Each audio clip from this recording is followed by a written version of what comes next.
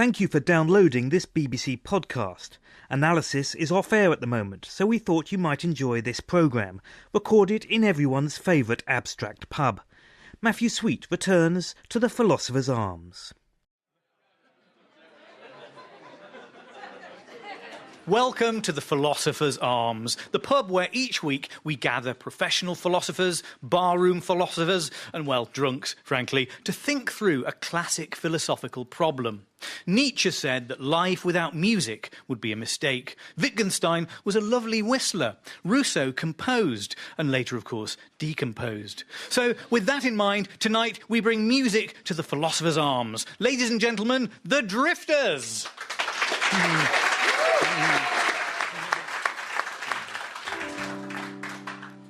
Your mama said that through the week you can't go out with me, but when the weekend comes around, she knows where we will be. Ba-ba-ba-ba-ba-ba-ba. Kissing in the back row of the movies on a Saturday night with you, holding hands together, you and I, holding hands together. Oh yeah, smoking in the back row of the movie. Excuse me. I think we might have to stop you there. Michael, can I have a word with Michael? Now, I know that song was recorded first in 1974. The Drifters were founded in 1953. How old are you? 82. You can't be. It's impossible. You're younger than I am. How old are you really? I'm 38 years old. So in what sense can you be a drifter, then? Well, I was hired by the Treadwell family, like any other drifter that was a part of the lineup from 1953 to this point. We all had to audition and spend time as understudies with the Drifters and finally get our chance. So what makes you an authentic drifter, then, and not just a very brilliant covers band? Well, we all have to have the same look, same sound as drifter members of the past. I was likened to a guy by the name of Gerhard Thrasher, who was an original member. I had a similar tenor voice, similar build, and similar look. It's sort of befitting that the Drifters are guys that have come and gone from this particular lineup. As a matter of fact, Clyde McFadden, who actually started the Drifters lineup, spent less than 2 years as a drifter himself. And a lot of drifters in the early days were drafted to the military service, and that's why they left. Well, listen, I think before we let you play, I think we need to settle this question and decide with this audience here whether we are truly in the presence of the Drifters. I'm going to seek the wisdom of the regulars here in the Philosopher's Arms. They say they're the Drifters, but are they? Are they not just a perfect tribute act of a band that was founded in 1953, a simulacrum of some sort? Anybody has a thought on that? Bang your glass and we'll come to you. Sir? To say they're not the same as the Drifters would be to say that the Berlin Symphony Orchestra isn't the same as the Berlin Symphony Orchestra of 80 years ago. OK.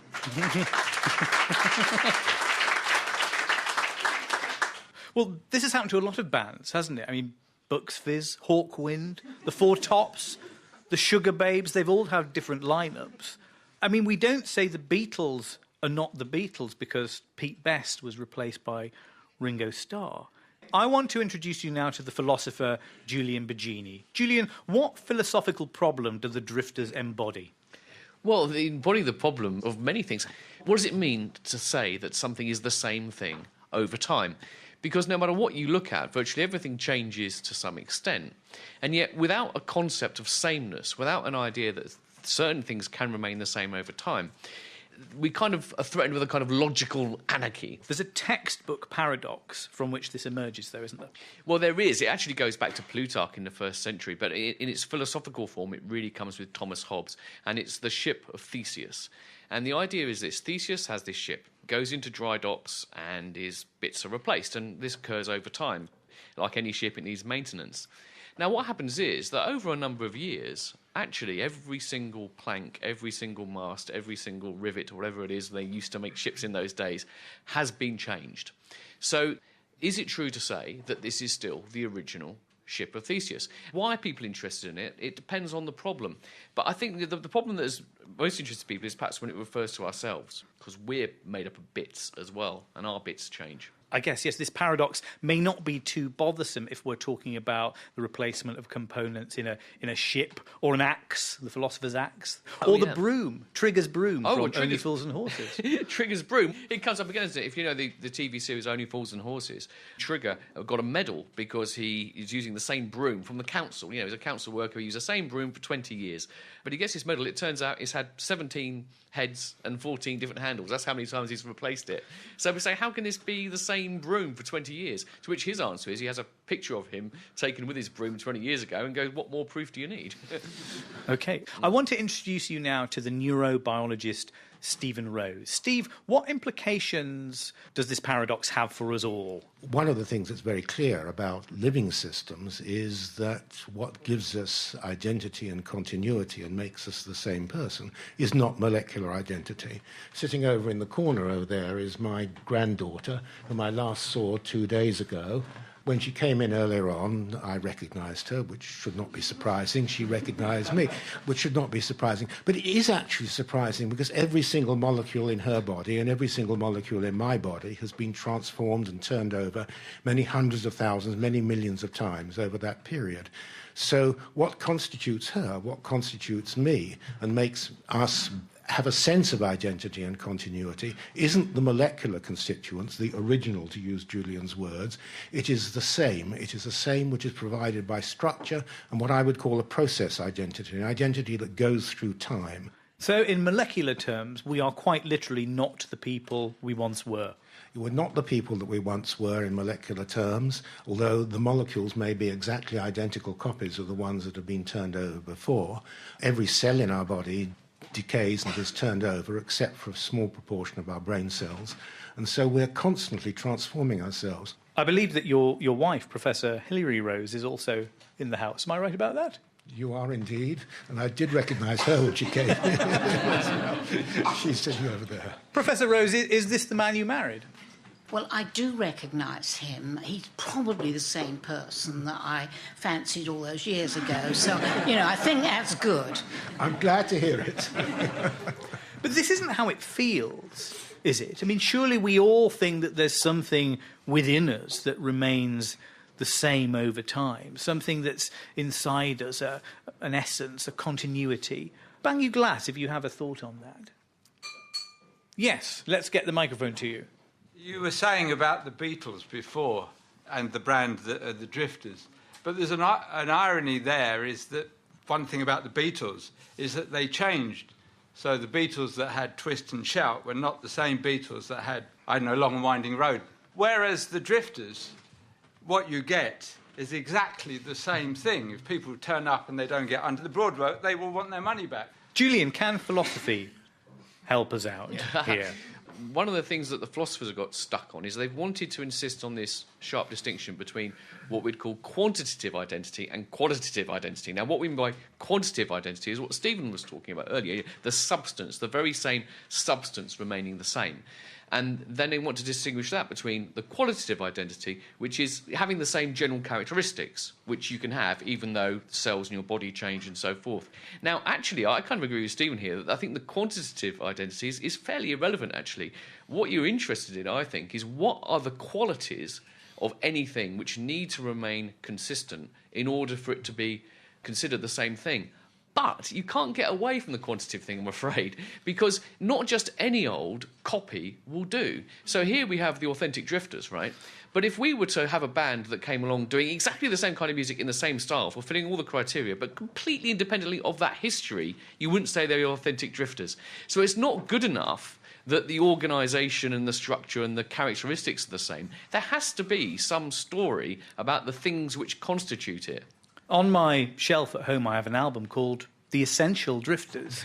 Julian, are you suggesting that that's a bit of a misnomer? Well, I think when you start looking for essences, you're often in trouble, which is interesting because in terms of people, a lot of people do instinctively feel, yes, I have some kind of essence. Do people really feel that they have an essence which is unchanging, something about them which has remained the same since they were young, despite all the changes, despite all the maturity and so forth? Do people feel they have this unchanging essence at their core? OK, I want to introduce you now to the author and academic Kathy Butler here. Kathy, tell us how your experience interacts with the ideas that we've heard. Well, one perhaps important thing, or perhaps not, I'm in two minds about it myself, is that I transitioned from male to female. And this obviously does bring up certain questions to do with continuity and change. Most of those questions seem to be more urgent and perhaps even more traumatic for people who aren't me than for me, because I have a great sense of continuity between the before me and the after me, or the now me, if you want to put it that way. I have the same personality, the same memories, the same tastes, the same hobbies. But there are certain people who find that there's too much of a disjunct. And I've had people say to me in quite distressing ways, you are no longer the same person, you have changed. Or even, the person you were before is dead to me. And to me, this is very shocking. What makes you, you? That's quite a big one. I don't feel that I have an essence in quite the sense that Julian was talking about. I do feel that I have what we might call a continuity and a sort of house style, if you like. So a continuous narrative which allows me to connect myself now and myself in the past and recognise it as coming from the same pen. So there's no discontinuity for you, but what is that changed. Continuity composed of, as it were? What does it mean? Well, it's a continuous narrative which I have from my conscious voice. It is, as I say, a certain style of being, a style of thinking, and a style of experiencing which I can integrate. I teach literature for a living, and as part of that I teach genre. And when I'm teaching genre, I often make use of a story by Thurber called The Macbeth Murder Mystery. And in The Macbeth Murder Mystery, it's about a young woman who goes to a hotel. She loves Agatha Christie, and she's forgotten to bring any books. And she picks up a book in the hotel off the bookshelf, and it's a penguin, so she assumes it's a murder mystery. But it turns out to be Macbeth. Obviously, people normally read Macbeth knowing it's a tragedy, looking for poetic power, looking for characterization and all those things. She reads it looking for clues, for red herrings and for suspects, and to find out who really murdered Duncan. It's obviously not Macbeth, that's too obvious. So she's reading the same words in the same order, but she's reading a very different text. Quite often what people find is that they've been reading me in one genre, and I'm now saying I need to be read in this other genre. Julian Baggini, what can philosophy tell us about Kathy's experience here? Well, actually, I think it's more important what Kathy's experience can tell philosophy. What that shows is that our bodies are important to us. They're important to how we feel we are, which is why some people want to change their bodies. But what links us is, I think, as Kathy was saying, it's actually to do with having a kind of narrative, a set of memories. I mean, memory is probably the most important aspect of here. But not just memory, things like personality, dispositions, projects, relationships. But on what things have those founded? I mean, Kathy talked about a text. People talk about essence. People talk about the soul, too, don't they? What is the vehicle for this continuous narrative? Well, I think that's an interesting question, but in a way it's the wrong question, because people think if you can find the vehicle, you're going to find the self. But no, what you do if you find the vehicle is you find exactly that, the vehicle, the thing which carries us forward. What's important is what it is carrying forward. And that, I'm pretty sure, and a lot of philosophers would agree, is all those sets of experiences, the things which fill our consciousness. And the reason why that becomes disturbing, if you think about it too much, to some people at least, is that it kind of takes the floor away. It means that there's nothing permanent or settled which grounds us. We just become this story, and the story is constantly in flux. Give us the nuts and bolts on this. What did Locke and Hume think about this question? Well, I mean, Locke is often described as having a memory criterion for personal identity, meaning that you are the same person just as long as you have a chain of memories between yourself and your past self. Now, that's actually not quite true, and I think on Hume's version of this argument that becomes clearer, but in a sense it was already there in Locke. The best way of perhaps putting Hume's view is he only once used this term, a bundle, but it's a wonderfully evocative word. The idea is that you are not, as it were, something which has experiences, memories, perceptions, desires. Rather, there are all these different memories, perceptions, desires, etc., and they all kind of are related to each other, and you are that relation and nothing more. There's no soul, underneath it holding it together. And to the extent that the body or brain hold it together, that's just because we're kind of biological accident, if you like. We need that, but that's not what makes you you. So are we right then to think of memory as being the vehicle that gives us this kind of continuity? Stephen Rose. Yes, memories do, above all, constitute us uniquely, I think, amongst the living species on Earth. So we've had doubt cast upon the idea that we have some spiritual or physical essence that makes us who we are. What about this idea of memory? Is it memory that gives us our sense of continuity through time? I want to introduce you now to Lisa Russell. Lisa, what happened to you? In 2005, the 27th of January, I had a severe car crash which caused severe brain injury. When I woke up, I thought I was 14. I was really 19. I had forgotten the first 20 years' life of memory. So you have no memory at all of anything that happened to you before the age of 20? I have got no memory at all. Can't remember school, couldn't remember my mum, thought my mum was my next door neighbour, didn't recognise any of my friends, thought my boyfriend was just a friend, so I broke his heart and I told him I didn't love him and there was an engagement ring on my finger. So were there then two Lisa Russells? Oh yeah, as one of my ex-boyfriends referred to me, Lisa 1 before the crash and Lisa 2. So whenever I speak to people and they ask about Lisa 1, I got to refer to myself as Lisa 1 so I remember who I'm talking about. So she seems a very separate person to you. Lisa 1 is totally different. I can't remember Lisa 1. So you've just got to take other people's word for that. Yeah, it's just what people have told me Lisa 1 was. And apparently Lisa 1 was a very snobby, arrogant woman who didn't respect other people, and Lisa 1 only ever thought of herself. And what's your attitude to that? Well... Who is she to you, this person who you were before? Lisa 1 was the past. Lisa 2 is now the living person, because through my accident, I died twice. So Lisa 1 is dead and buried. Lisa 2 is now living. We also have in the room Katrina Morrison, who's an expert on the movement and the structure of memory. Is, as far as you're concerned, identity a construct of memory? Is memory what makes us who we are? That's what Lisa's evidence would seem to suggest. Absolutely. As psychologists, we believe that memory is absolutely the essence of who we are. We believe that unless you know where you've come from, you cannot place yourself in the present, and then you cannot plan things going forward. So when we talk about memory, we're not talking about a unitary construct. There are two essential elements to memory, which is what we psychologists call the semantic bit, which is what you kind of know about yourself. I am a mother, I am a psychologist, I am bad at football, or whatever it might be. And then you have what we call the episodic elements, which is the stories that you can hang on that. If we were to say to somebody like Lisa, well, tell me what it's like to be a mother, if you've got the amnesic condition, then what you're going to find it really difficult to do is to actually hang a story on that. It's about having a kind of narrative account. It's not simply about knowing facts about yourself, it's about knowing this sort of story of your life. But how reliable is memory? It seems a rather fragile basis for something as important as our sense of who we are. We all know that our memories play tricks on us. Our memories do. And actually, there's an extent to which that's an adaptive feature. You know, it serves us well in life, because if we have bad experiences, maybe we want to play them down, and maybe we want our current narrative of what our lives are like and have been like and will be like actually to be slightly more positive than is really true.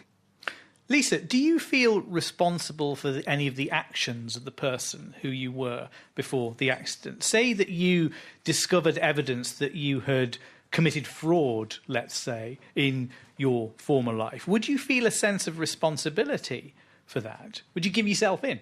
I think I would, because even though I'm two Lisas, I'm still Lisa. Because even though it was the old me, it was still me who caused this problem.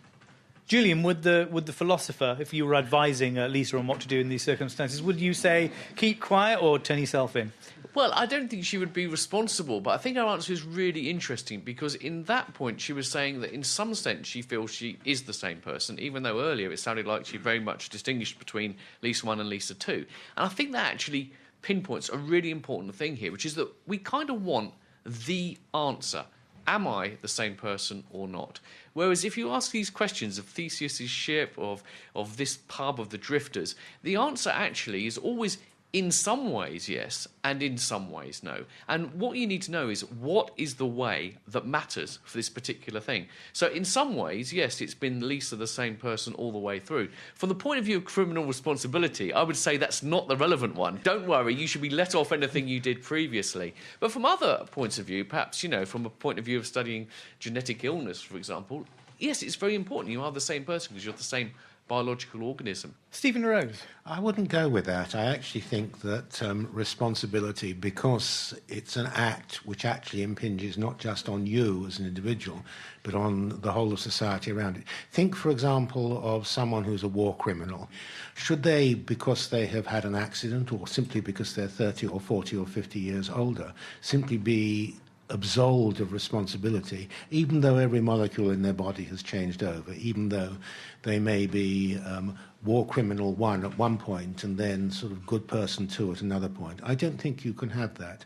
I just want to say one thing about memory as well, which is very important in this context, and I wonder if Katrina would agree with this, and that is that we talk about memory as if we remember something that happened when we were 4, or in Lisa's case, what happened 5 or 6 or 7 years ago. But because memory is essentially dynamic, each time we remember something, we reconstitute it itself in molecular, in biological terms, as well as in narrative terms. So when you're remembering something now, you're remembering the last time you're remembering it. You're not remembering when it happened previously. Is that okay with you? Absolutely, I completely agree with that. And that's why it is a narrative, it is constructed, it is not a videotape account of your life. But that is not necessarily a bad thing. Who else has a view on this idea of criminal responsibility? If you have committed a crime that you've forgotten, are you responsible for it? Yes. Well, certainly you are, because it's not just your memory that's impinged here. Other people have remembered that crime as well. So if it's an act, a crime, then it's not what you remember only. That's got to be set against what the rest of the world remembers. Julian Baggini, what's your position on this? Should we be chasing up old crimes? Because from the philosophical point of view, it seems as though there are a lot of things you can bring to that to make that a rather problematic process. Well, indeed, but it goes back to this point, I think, which is that we want sort of yes or no, either or answers. Now, in fact, in experience, what we tend to find is that we actually, by nature, if you like, without thinking about it too philosophically, adopt it, which I think is the right philosophical attitude, which is that we take each case in its merits and we can recognise that these things are mitigated. So, for example, when someone did commit a crime a very long time ago and they're very clearly completely reformed, for example, we at least punish them less. So what matters is what is the nature of the discontinuity between you at the time of the crime and you now, and then how do you treat that? But I mean, where I think Stephen's right to worry is that we should probably err on the side of responsibility, because it's a social thing. The thing about holding people responsible for their crimes is we tend to think it's about your guilt. But actually, a lot of the reason why we have to do this, why we have to have a criminal justice system, is because we have to exercise a certain amount of what we call social control. We need to make sure that everyone is aware that if they do something, they're going to be chased up for it, even if perhaps they forget about it, and even if they do change a bit. So where does this leave us? Much of the philosophy that we've heard tonight has painted this picture of selfhood as something unstable, something ephemeral, something illusory even. Is this a truth that it's impossible to live by, Julian? I don't think it is impossible to live by. Some people find it difficult. The self isn't illusory. We really do exist. But we have to accept the fact that we are more fluid things than we like to think. That as we've heard, our memories are not just records of the facts. They are constructions. We're constantly in a process of constructing ourselves. But we can't just construct any old narrative from this, right? We can't just make up anything we like. So can we live by it? To a certain extent, yes. But on the other hand, I think we're always drawn towards sort of like myths of there being more stability, more essence, more accuracy to our memories than we think. And so I think that the only way to live it authentically is to not sort of battle too hard against the idea of continuity. We need that, and there's some sense in it. There's an illusion only if you think that the self is this unchanging pearl or core or essence. As long as you don't think that, as long as you think that the self is something which is constructed out of a real biology and a real events and real history and real memories and experiences, then you can have a sense of self which is, sure, it's a more fluid and it has more sort of porous boundaries than the common sense view, but it's a real one. And I think ultimately it's a liberating way of living, because it's liberating because we no longer feel we're trapped within this sort of permanent kernel which is never going to be changed. We can't do anything about it. You know, if you're in the wrong body, for example, you can change your body perhaps if you're lucky enough to be able to have that kind of access. OK, so during the time that we spent in this room together, we now know that we've been transformed in all kinds of the ways that we can't begin to understand. But I want to now see if this has changed anybody's views about the drifters. Let's put this to the vote.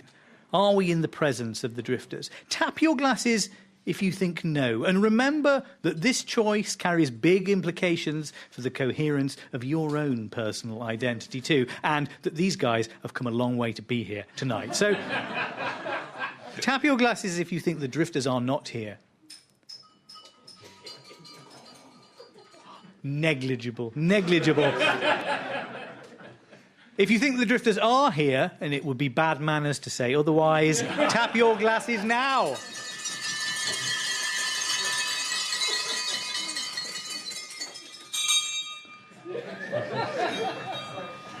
Philosophers, please. The landlady has spoken. Time for us to track down an identical replica of this pub that has a slightly later closing time. So let me thank our philosophical barflies, Julian Bagini, Kathy Butler, Katrina Morrison, Stephen Rose and Lisa Russell, and our musical special guests. Tune in next time for another round of slightly beery debate at the Philosopher's Arms. And now let's hear from a band whose very name evokes the slightly scary indeterminacy of selfhood. The Drifters. There, upon some distant shore, we want for nothing more than what will be. And you and I, here we are. I wonder as we've come this far, if I could only read your mind, tell me the answer I would find. Do you dream of me? And when you're smiling in your sleep, beyond the promises we keep, do you dream of me?